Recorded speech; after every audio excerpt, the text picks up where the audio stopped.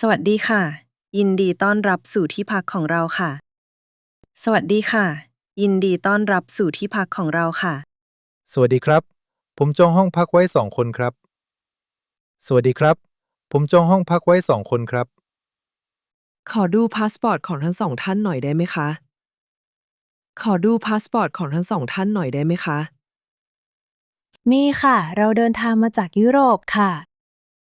มีค่ะ เราเดินทางมาจากยุโรปค่ะ ดื่มน้ำสมุนไพรอัญชันก่อนนะคะ จะได้รู้สึกสดชื่น ดื่มน้ำสมุนไพรอัญชันก่อนนะคะ จะได้รู้สึกสดชื่น สีสวยมากเลยค่ะ รสชาติหวานนิดหน่อย สีสวยมากเลยค่ะ รสชาติหวานนิดหน่อย ดื่มแล้วหายเหนื่อยเลยครับ ดื่มแล้วหายเหนื่อยเลยครับ เดี๋ยวพนักงานจะช่วยยกกระเป๋าไปที่ห้องนะคะ เดี๋ยวพนักงานจะช่วยยกกระเป๋าไปที่ห้องนะคะ ขอบคุณมากครับ สะดวกมากเลย ขอบคุณมากครับ สะดวกมากเลย เชิญทางนี้ค่ะ รถรับส่งจอดรออยู่ด้านหน้า เชิญทางนี้ค่ะ รถรับส่งจอดรออยู่ด้านหน้า ที่นี่ต้นไม้เยอะจังเลยนะคะ ที่นี่ต้นไม้เยอะจังเลยนะคะ ใช่ค่ะ ที่นี่เน้นความเป็นธรรมชาติค่ะ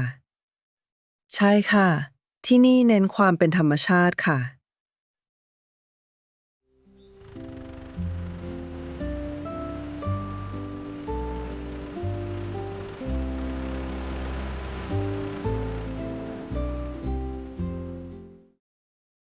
ถึงห้องพักแล้วค่ะ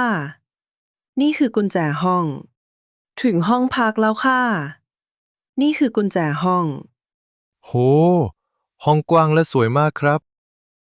โห ห้องกว้างและสวยมากครับ เอมมาชอบระเบียงตรงนี้มากค่ะ เอมมาชอบระเบียงตรงนี้มากค่ะ เห็นแม่น้ำโขงชัดเจนเลยครับ เห็นแม่น้ำโขงชัดเจนเลยครับ ฝั่งโน้นคือประเทศลาวและพม่าค่ะ ฝั่งโน้นคือประเทศลาวและพม่าค่ะ วิว3 ประเทศสวยเหมือนฝันเลยค่ะ วิว3 ประเทศสวยเหมือนฝันเลยค่ะ อากาศที่นี่ดีกว่าในเมืองเยอะเลย อากาศที่นี่ดีกว่าในเมืองเยอะเลย ในตู้เย็นมีเครื่องดื่มทานได้ฟรีทุกอย่างนะคะ ในตู้เย็นมีเครื่องดื่มทานได้ฟรีทุกอย่างนะคะ ขอบคุณครับ บริการดีมากจริงๆ ขอบคุณครับ บริการดีมากจริงพรุ่งนี้มีกิจกรรมให้อาหารช้างและเดินเล่นกับช้างนะคะ พรุ่งนี้มีกิจกรรมให้อาหารช้างและเดินเล่นกับช้างนะคะ กิจกรรมเริ่มกี่โมงคะ กิจกรรมเริ่มกี่โมงคะ เริ่มตอน8โมงเช้าค่ะ พนักงานจะมารับที่ล็อบบี้นะคะ เริ่มตอน8โมงเช้าค่ะ พนักงานจะมารับที่ล็อบบี้นะคะ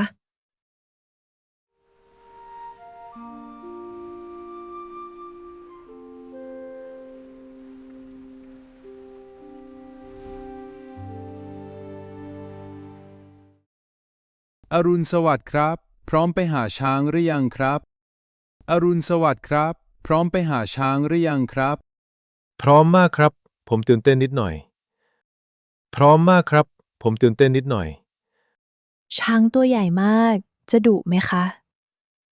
ช้างตัวใหญ่มาก จะดุไหมคะ ไม่ดุครับ ช้างที่นี่ใจดีและเชื่องมาก ไม่ดุครับ ช้างที่นี่ใจดีและเชื่องมาก เราต้องทำอย่างไรบ้างครับ เราต้องทำอย่างไรบ้างครับ ลองทักทายเขาก่อนนะครับ พูดว่า สวัสดี ลองทักทายเขาก่อนนะครับ พูดว่า สวัสดี สวัสดีจ้ะเจ้าช้าง ขอกอดหน่อยได้ไหม สวัสดีจ้ะเจ้าช้าง ขอกอดหน่อยได้ไหม เขาชอบให้เกาหลังหูแบบนั้นแหละครับ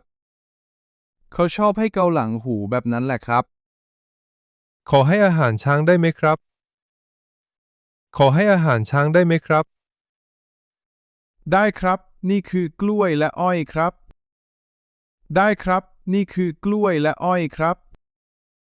ดูสิคะ เขาใช้งวงหยิดกล้วยเร็วมาก ดูสิคะ เขาใช้งวงหยิดกล้วยเร็วมาก กินเก่งมากเลยนะเนี่ย กินเก่งมากเลยนะเนี่ย เดี๋ยวเราจะพาช้างไปเดินเล่นในป่านะครับ เดี๋ยวเราจะพาช้างไปเดินเล่นในป่านะครับ เป็นกิจกรรมที่ประทับใจที่สุดเลยครับ เป็นกิจกรรมที่ประทับใจที่สุดเลยครับ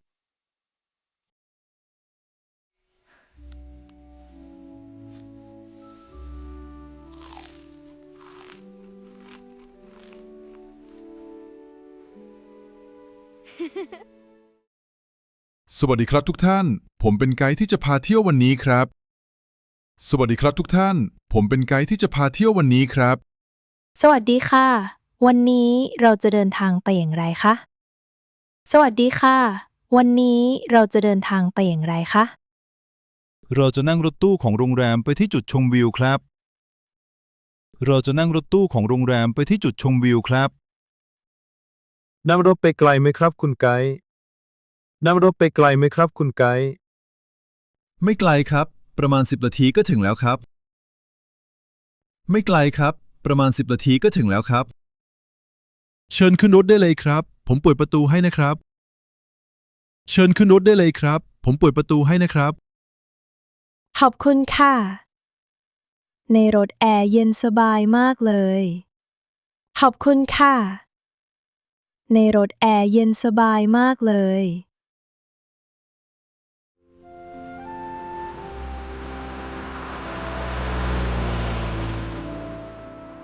Look at that! The rice patties are even more beautiful in person. Yeah it's incredible เรามาถึงจุดแลนด์มาร์คสามเหลี่ยมทองคำแล้วครับ เรามาถึงจุดแลนด์มาร์คสามเหลี่ยมทองคำแล้วครับ ตรงนี้สวยมากครับ ตรงนี้สวยมากครับ ใช่ครับ ตรงนี้คือจุดที่พรมแดน3ประเทศมาเจอกัน ใช่ครับ ตรงนี้คือจุดที่พรมแดน3ประเทศมาเจอกัน มองเห็นฝั่งลาวได้ชัดเจนเลย มองเห็นฝั่งลาวได้ชัดเจนเลย ฝั่งขวามือคือลาว ส่วนฝั่งซ้ายคือพม่าครับ ฝั่งขวามือคือลาว ส่วนฝั่งซ้ายคือพม่าครับ งั้นเราถ่ายรูปกับป้ายตรงนี้ดีกว่าค่ะ งั้นเราถ่ายรูปกับป้ายตรงนี้ดีกว่าค่ะ ท้องฟ้าสวยมาก รูปต้องออกมาดีแน่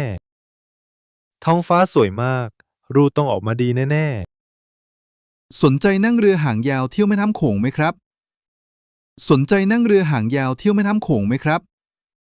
ก็น่าสนใจนะครับ ราคาเท่าไหร่ครับ ก็น่าสนใจนะครับ ราคาเท่าไหร่ครับ ราคา500 บาทต่อ1ชั่วโมงครับ ราคา500 บาทต่อ1ชั่วโมงครับ ไปกันเถอะค่ะแม็กซ์อยากนั่งเรือค่ะ ไปกันเถอะค่ะแม็กซ์อยากนั่งเรือค่ะ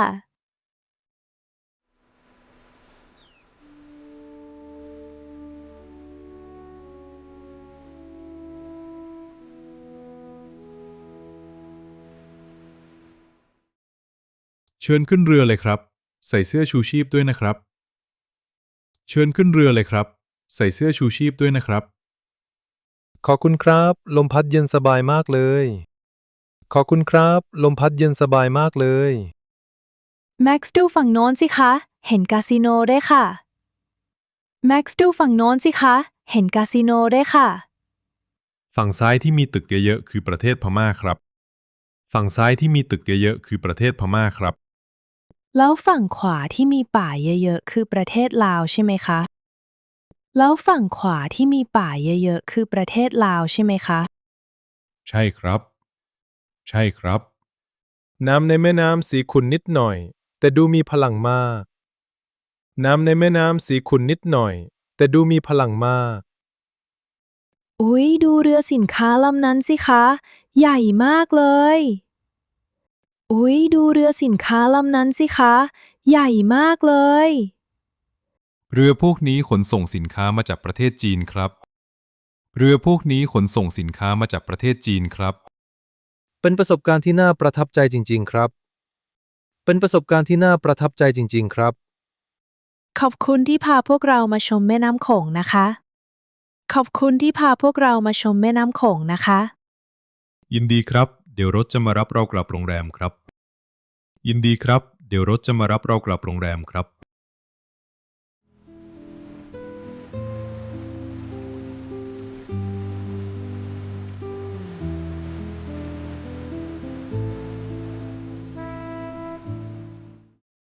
กลับมาถึงโรงแรมแล้ว ไปว่ายน้ำกันไหม กลับมาถึงโรงแรมแล้ว ไปว่ายน้ำกันไหม ดีค่ะสระว่ายน้ำที่นี่มองเห็นช้างด้วยนะคะ ดีค่ะสระว่ายน้ำที่นี่มองเห็นช้างด้วยนะคะ พักผ่อนท่ามกลางธรรมชาติแบบนี้สบายที่สุดเลยครับ พักผ่อนท่ามกลางธรรมชาติแบบนี้สบายที่สุดเลยครับ บรรยากาศตอนกลางคืนน่าจะโรแมนติกมากค่ะ บรรยากาศตอนกลางคืนน่าจะโรแมนติกมากค่ะ ใช่ครับ มีแสงไฟจากฝั่งประเทศเพื่อนบ้านด้วย ใช่ครับ มีแสงไฟจากฝั่งประเทศเพื่อนบ้านด้วย ฉันไม่อยากให้ทริปนี้จบลงเลยค่ะ ฉันไม่อยากให้ทริปนี้จบลงเลยค่ะ ผมสัญญาว่าเราจะกลับมาที่นี่อีกแน่นอน ผมสัญญาว่าเราจะกลับมาที่นี่อีกแน่นอน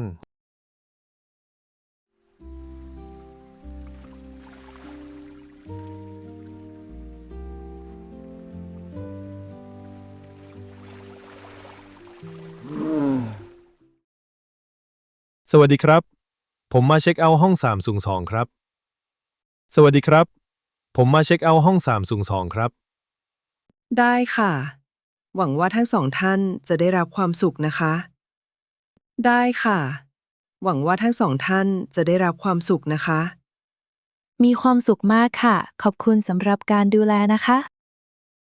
มีความสุขมากค่ะ ขอบคุณสำหรับการดูแลนะคะ ขอบคุณสำหรับทุกอย่างครับ และจะกลับมาใหม่ครับ ขอบคุณสำหรับทุกอย่างครับ และจะกลับมาใหม่ครับ เดินทางปลอดภัยนะคะ สวัสดีค่ะ เดินทางปลอดภัยนะคะ สวัสดีค่ะ